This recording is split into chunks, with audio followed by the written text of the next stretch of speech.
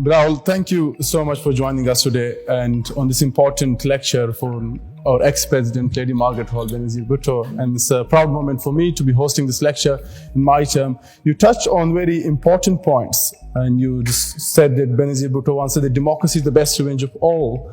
And you touched on the decline of democracy in Pakistan, which the world agrees with. Many institutions, including the European Union, saw the elections in 2024, criticized them for the allegation of political engineering, electoral manipulation and suppression. You highlighted well and accepted already that the military has been accused of exerting undue influence over Pakistan's political landscape.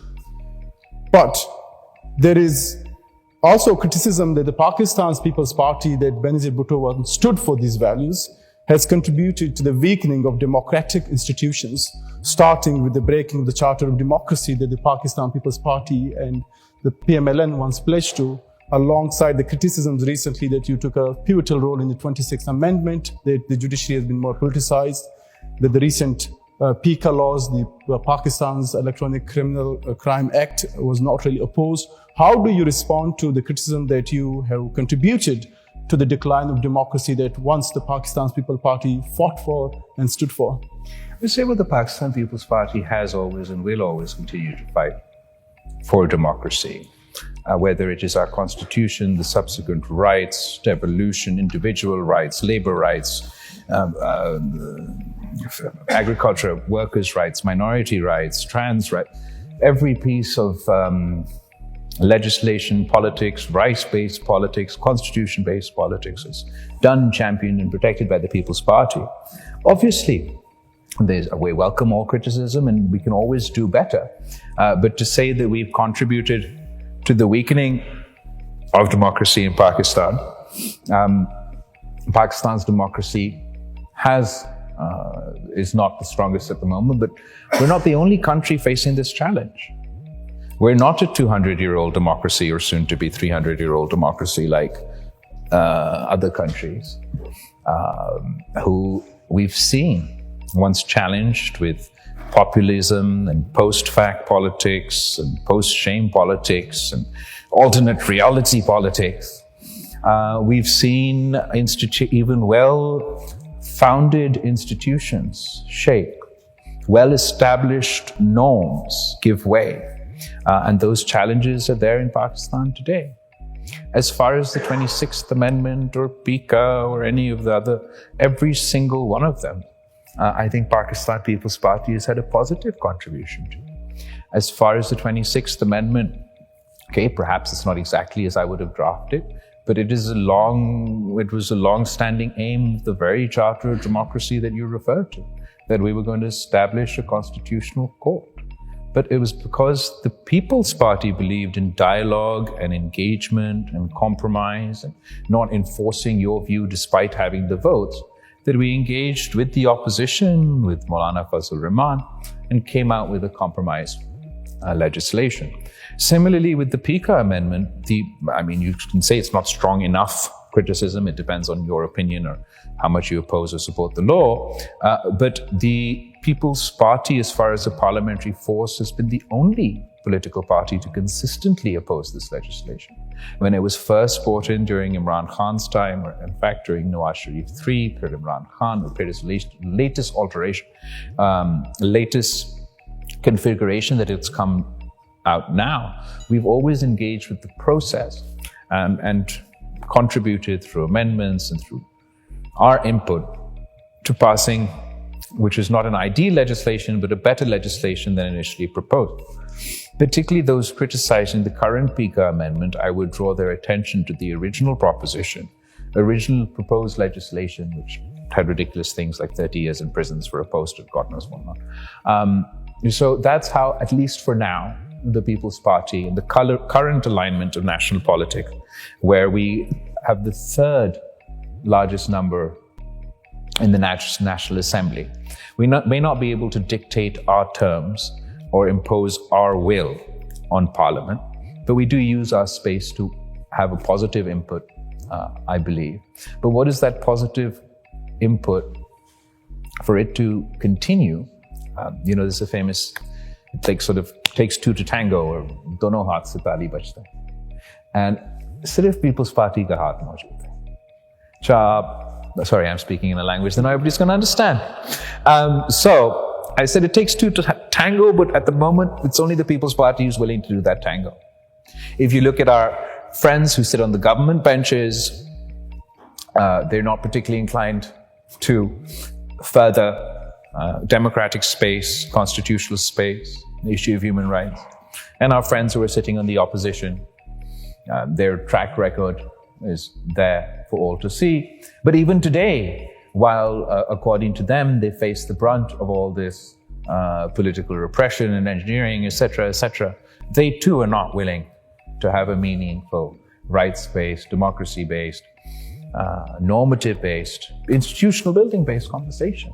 And until we move away from that politics, we're stuck in the rut that we are. You touched on very important points here. I think there's a lot to unpack, and I'll try my best as we move on. But one important issue, you talked about political victimization. Your party, not here, but in your speech, your party has been the receiving end of political victimization, state institutions used against, whether we saw in the Zulfikar Bhutto, Shahid Mohtarma Bhutto, and continue on. One of the we have recently seen is the Pakistan Tehreek-e-Insaf facing the same, Imran Khan incarcerated, the political activists being constantly put in jail, and more importantly, their supporters accuse current regime, and also they point towards the Pakistan People's Party as well to have been involved in not strongly opposing for the democratic principles, no matter how you disagree, for the democratic principle, and especially on the point of human rights. How do you respond to those criticisms, especially given that the same political tools are now used against them that were once used against the Pakistan People's Party and also PMLN? I think it's a funny and kind of sad, because absolutely, they've not only been used against the People's Party, they were founded to be used against the People's Party. Political victimization in Pakistan, which was called accountability, when either of these other parties are in power, was targeted at the People's Party. The reason these institutions were set up was to undo the electoral chances of the People's Party. And I'm not talking about, long forgotten history of Zulfikar Ali Bhutto or Benazir Bhutto. I'm talking about 2018, when Imran Khan was Prime Minister. In fact, as far as political victimization in Pakistan is concerned, or political engineering in Pakistan is concerned, lawfare and the weaponization of the judiciary is concerned, that has been a constant fact of Pakistani politics. No matter who has been Prime Minister or who has been in opposition, up until Benazir Bhutto was elected Prime Minister in 1988, and she freed all political prisoners in Pakistan, restored the freedom of the press, etc. And when my father was elected for the first time as President of Pakistan in 2008 till 2013, and we were proud to say that Pakistan in that time did not have a single political prisoner. We didn't rely on political victimization. Those of us who are a student of history and politics will understand what a significant achievement it is for any body politic who has experienced this from 1947 up until 2008. That's just the way it works in Pakistan. And then, because of our Charter of Democracy, we managed to set up some norms, some democratic norms. Well, actually, you could disagree with each other, and it didn't mean you had to send each other to prison. We respected having differing opinions, and that was the space in which Pakistani democracy functioned without these tools. Obviously, that was roundly criticized by Mr. Khan. He then came into power, undid those norms, undid all the reforms that we had done to the National Accountability Bureau and all other institutions used to this end. In fact, he changed the prison manual So there's prison, there's A class, B class, C class, and if you've got a degree, you get a certain class, and if you were, because half of the politicians were in prison, so if you're a politician, you're also entitled to that class. And my father who spent a total of 14 years of his political life as a political prisoner in Pakistan without a conviction, was imprisoned anew under Mr. Khan's when he was prime minister. It's fair enough, everybody does it, I don't hold it against him. But he refused to even allow us a cooling box to keep my father's insulin in because he's a diabetic. He was personally involved from the PN's prime minister's office in ensuring not only that my father's sister was arrested on Eid night from the hospital bed, that Mr. Sharif's daughter was arrested. But I used to say at the time that he should pray that it's a Pakistan People's Party government that comes in next. Because we're the only ones, who say democracy is the best revenge. And despite the fact that you've tortured us, thrown us into prison, killed us workers, we won't do the same to you. Nobody else is like that. And what he's facing today is not just accidentally of his making. He's literally ripped up the change manual. Now he gets access to a exercise bike and other things from the courts that people didn't in his time. I would like to see a world where actually nobody goes to prison. And we get to do our politics and agree to disagree and go to our parliament like you guys debate here at the chamber. But it will require somebody else other than the Pakistan People's Party to take that stance. But as we stand today, does the Pakistan People's Party and yourself oppose the victimization of the Pakistan Tehreek-e-Insaf and their Imran Khan? We have constantly opposed the National Accountability Bureau, the institution used to investigate corruption in Pakistan, first deployed by Mr. Sharif and then Mr. Khan. We oppose the National Accountability Bureau today. We believe that these are draconian. The laws that they use to do accountability aren't effective in that means, but we believe in meaningful reform. I don't believe that Mr. Khan is opposed to political victimization. He's in favor of political victimization, he just doesn't want it to happen to him.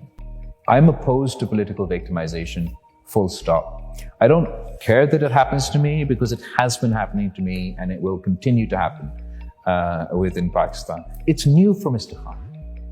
It's new for Mr. Khan because for 30 years, he was built up in Pakistani politics by the very military establishment that he criticizes today. He was in favor of the political victimization by Pervez Musharraf. He was in favor of political victimization when Nawaz Sharif won. And he's only not in favor of it when it comes to him. So moving on along victimization, another sector that is under threat is media freedom and press and free speech. We have seen that journalists being intimidated, abducted. Recent Human Rights Commission report highlights a worsening media climate since the ousting of the former Prime Minister Imran Khan in April 2022. The Human Rights Commission has reported the increasing use of the term software update. A euphemism reported they used to describe the abduction, interrogation, and coerced compliance of journalists and activists. And we spoke about PECA being one of those. And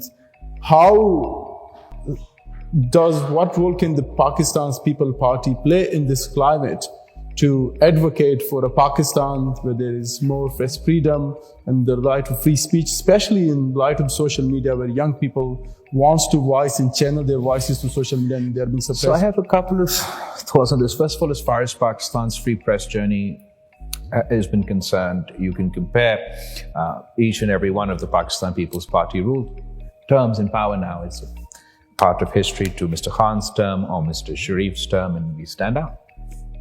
Just as we don't have political prisoners, we didn't really care what the media said about us. They're sitting right there. They didn't say very nice things, but they had the freedom to say it. We have moved away from that as a society. And there's this urge to control not only sort of the formal media, but the informal media, that's getting a little bit draconian, claustrophobic. But I think that there's the like sort of big D argument that obviously free press is important for every democratic society and etc. But there's also just the average citizen who's not political. They say our youth is politicized. A fraction of our youth is politicized. A majority of us are not so political. When you engage in political speech, you should have free speech. That's obviously restricted. What is happening now? And I think partly there's a generational disconnect where sort of the boomers in Islamabad don't quite get social media or how the digital age works. And what's happening is, as I said in my speech, of 60%, 65% of our population are under the age of 35, and you suddenly take 65% of your population's access to WhatsApp away, slow down their Netflix streaming or mess up their, I don't know, whatever else they're on. You're suddenly antagonizing 65% of your population. It stifles creativity. It stifles economic activity. So what we as the People's Party are focused at the moment is we want to apply a rights-based approach. And I'm actually currently campaigning for a digital bill of rights for Pakistan that would recognize access to internet, even protections from misinformation, all those other things, protections for your data, and a specific legislation that highlights exactly and protects exactly at least the certain fundamentals of the digital space that we're now increasingly engaged in. Is it going to fix everything? I don't think so, but I think we need to move away from the current I have a problem, how do I control it approach through a more rights-based approach. That'll hopefully improve things a little bit. Ultimately, we just have to move away from this desire to control everything. The desire to control everyone's opinion, the desire to control everyone's tweet, the desire to control every headline.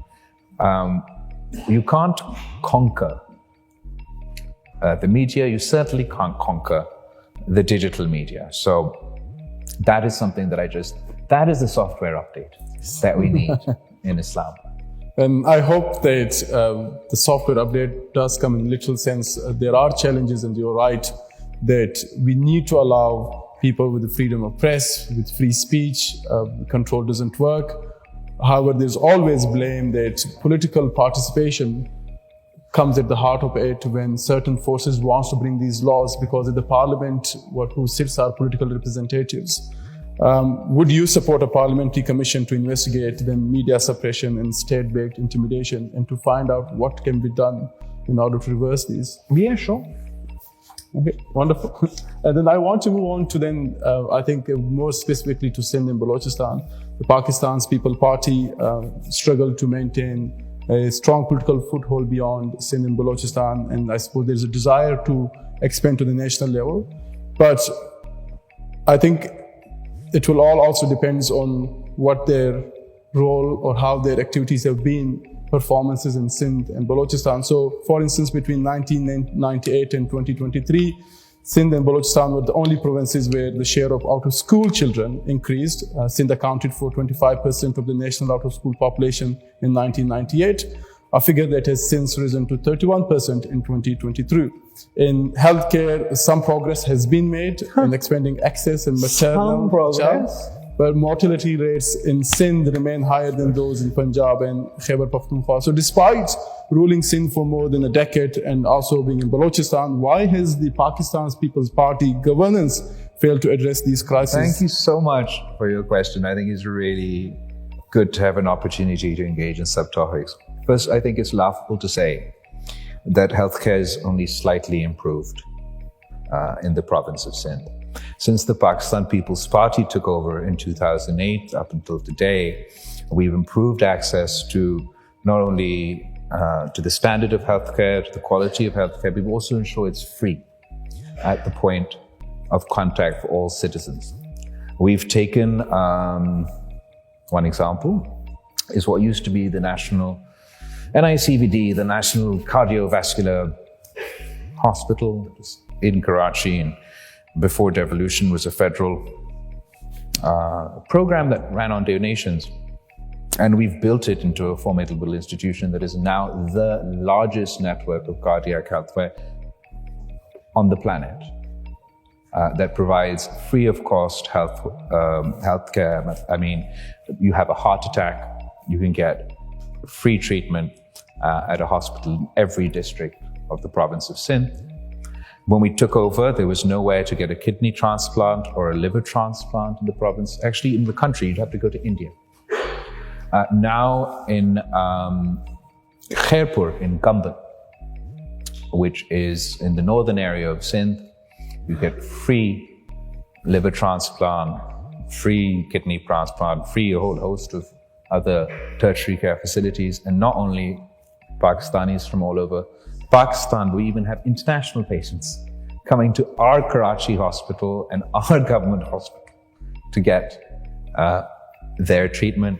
We've done the same with children's emergency care across the province. We're under our partnership with the Child Life Foundation. We've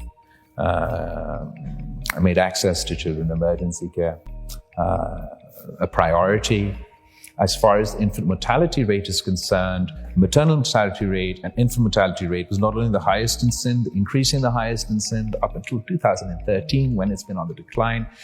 Fastest rate of decline is in Sindh, specifically as a result not only of the stuff you saw in Thar, but our various mother and child support programs. So now we actually outcompete all the other provinces, having originally come from a position where our infant mortality and our infant mortality and maternal mortality rate was higher than the rest. And we still aspire to provide free and healthcare of international standards to the people of our province. That's not to say that we're fantastic, but by any measurement compared to any other government in our country or in our region on the healthcare front, we've been extremely successful.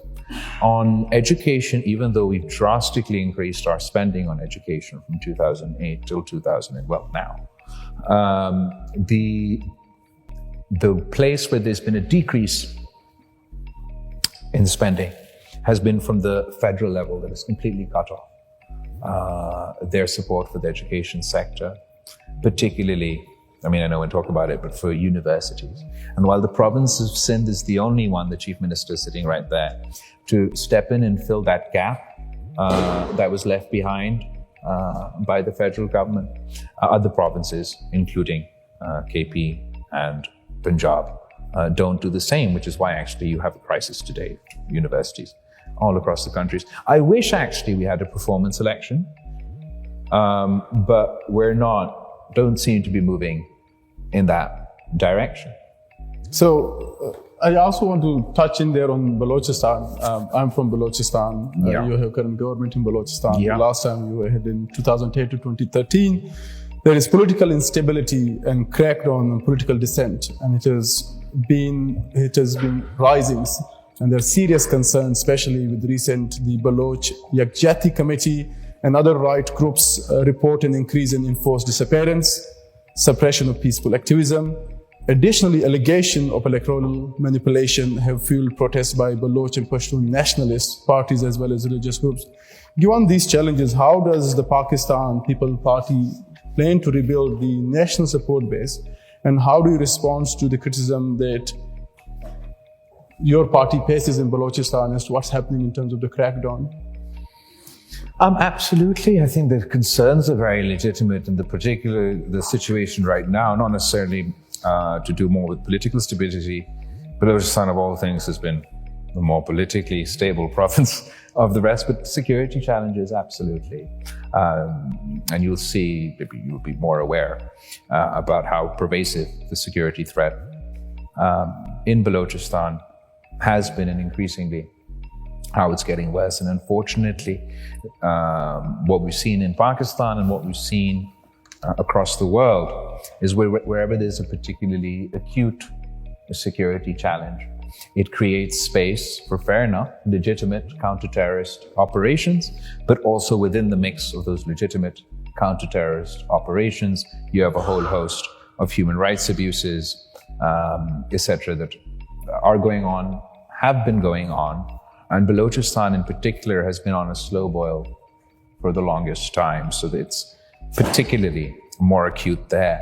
I am proud of the work that the Pakistan People's Party has done in Balochistan in the past. I believe that we have delivered again. I'm not saying necessarily that we got the credit or it's appreciated or understood, but the achievements of the Pakistan People's Party as far as devolution is concerned, the new NFC award is concerned, Ghazi Hukuk-e-Balochistan is concerned, and a whole host of transformative changes that, fair enough, were in some cases followed through, in most cases were not followed through, are not only historic achievements.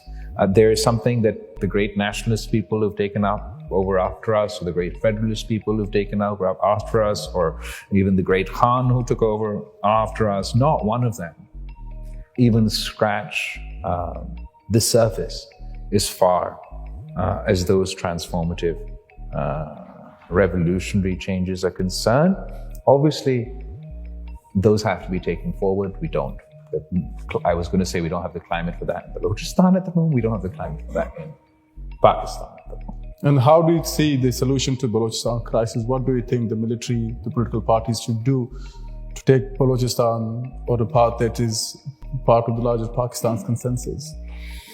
Well, I think that what used to be confined as a Balochistan crisis is now a Pakistan crisis. And in fact, it's not even a Pakistan crisis, it's an international crisis. I used to think, when we were going through, back to the topic, through the 90s and sort of my mother's struggle with democracy and controlled democracy at the time, that eventually democracy wins, right? The good guys win at the end of the day. So Pakistan was meant to become more like other great democracies of the world, like the United States, the United Kingdom. It turns out the rest of the world is becoming a little bit more like us. And so, how do you solve the Balochistan crisis, the Pakistan crisis? Is it a democracy crisis? We've lost, I think politicians everywhere need to understand that the reason that the populist has no solutions and aren't actually dealing with the general issues, are cutting across those who claim to represent those real issues, is there is a massive disconnect. I have my own theories for the disconnect in Pakistan, and there's a disconnect in the rest of the world between the population and those in power. In Pakistan, I believe that a large part of it is a demographic disconnect. We have 60, 70, 80-year-olds taking all the decisions at every policy forum, at every institutional forum. And 65% of the population is under the age of 35. You don't understand where they're thinking, you're thinking 5 years, they're thinking 30 years. And you see that discrepancy then in your climate policy, in your education policy, in your health policy, in your CT policy, in your digital policy. I mean, you're a young leader, but how do you create a space for youth in Pakistan? Fair enough. Okay, fine. I'm young and I wouldn't at least pretend to be able to connect on everything with everyone. But I do find myself in rooms and cabinet or in parliament or in meetings and spaces where I'm just talking to people from another world. I mean, I don't know how to convey, especially a lot of this digital stuff, especially the sort of this idea behind like a great firewall. So on like I ideally don't Like, we don't want a firewall. But if you're going to put up a firewall, then it, like a la the China firewall, and give us like the great Pakistani firewall, then at least give us the digital infrastructure that China gives its citizens before it does all that control. When you make your economic policy and you're saying that we're aiming to make Pakistan a IT sector $1 trillion, and you shut off your infrastructure. So how do when you make I want to push on one thing there. How do you create space for youth in the current environment? The current Prime Minister has the youth programs and a lot of youth initiatives trying to. So is that the way, or is there a better way to create space, especially on the political, or the tables, on the stakeholder tables? Of course, opportunity as far as economic opportunity, whether it's the youth program or any of the other programs, those are all good things. But until you're willing to have not only a seat at the table, and let's break this down. It's not only a seat at the table in Parliament where you have very few. You're fair enough, there's me, what am I going to do alone? There's a couple of other people. The other people that are considered youth are grandparents themselves. But forget fair enough, right? So Parliament apparently, not our domain. Surely university is your domain, right? At the universities in Pakistan, the students are not allowed to unionize. But the teachers are allowed to unionize, the clerks are allowed to unionize, the staff is allowed to unionize. The only people that you don't want to listen to an opinion from are the students that the university is meant to be teaching. So you see this reflected at all levels in Pakistani society, and maybe it passed in the past, where younger people are expected to be in their place and do what they're told. But now the youth are majority, not a minority of our population anymore. Either you meet their aspirations, which are normal aspirations that allow the youth all over the world, which is employment, which is education, which is creating those opportunities, or you're going to see the discontent that you see manifest today, either in urban middle class, like uppity parties, or the more rights-based separatist nationalist-leaning groups, or whatever. It's going to manifest in various ways, until you get a seat at the table everywhere from your university to the Houses of Parliament. I'm conscious of the time, and I want and of the fact there's no heating in and here. It's cold from the desert. I imagine it's cold here as well, and you're not climatized yet. But I do want to touch on one final question on the foreign policy. Given that you were the former foreign minister of Pakistan, you touched on the international arena as democracy is going in a different direction as well. The United States has recently imposed sanctions on 4 Pakistani entities linked to the missiles development. The government has condemned these sanctions as biased. First, how do you see this as an indication of worsening US-Pakistan relationship? And more importantly, given Pakistan's relationship with China, should Pakistan decisively align with China, or can it still maintain the balanced approach? As far as sanctions are concerned, for the US, the sanctions are like candy. They hand them out to everybody. And yeah, it's concerning that Pakistan's missile program has recently been sanctioned by the United States. The government is obviously engaged with conversations with them. But I'm really sort of, on this whole nuclear weapons, missiles, just weaponry by and large, I'm really sort of struck at the hypocrisy of the world. Like, what's the rule? What are the rules that allow you to be entitled to a nuclear weapon and not entitled to a nuclear weapon?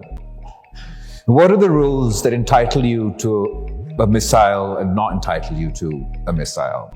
Like, every American's right to bear arms is entitled. Is it like in that way every Western country or every white country are allowed nuclear weapons or weapons at large and the rest of us aren't? Pakistan's nuclear weapon is not an aggressive nuclear weapon. We do not seek to build a Riviera anywhere or occupy any Greenland. Okay? We don't have an expansionist foreign policy to take over the Panama Canal or conquer Canada. Our nukes are only for our self-defense. They were made after India made their weapons. They were tested after India tested their weapons. Unlike India, we haven't accidentally shot a nuclear-armed ballistic missile into our neighbor's territory and said, Oops.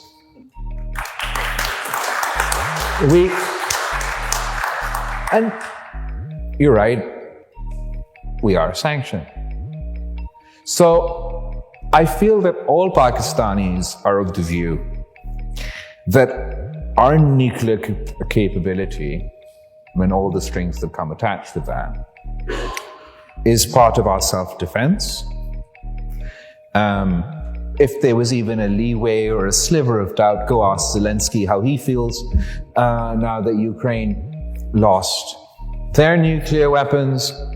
The level of hypocrisy, particularly from the United States in their world policing these days, makes one want to take these sanctions with a little bit of a pinch of salt, but obviously you can't. They're a serious challenge to Pakistan's national security. I think we're in a safe place to say that whatever our capacity is today, we'll jealously guard. And as far as future capacity is concerned, fair enough, that can be open to a diplomatic conversation. But a broader conversation needs to happen, like who has the right to defend themselves? Are we going to watch as the international community turns India into the net security provider of the region? As they pummel billions of dollars in arms sales to India, are we just going to sit on our hands and wait for us to become Ukraine?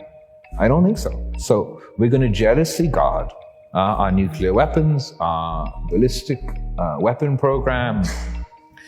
I'm glad you asked the question, and keep an eye out in case they try and make us the next WMDs. We do have nukes, we have the missiles, no one, I think, that's that.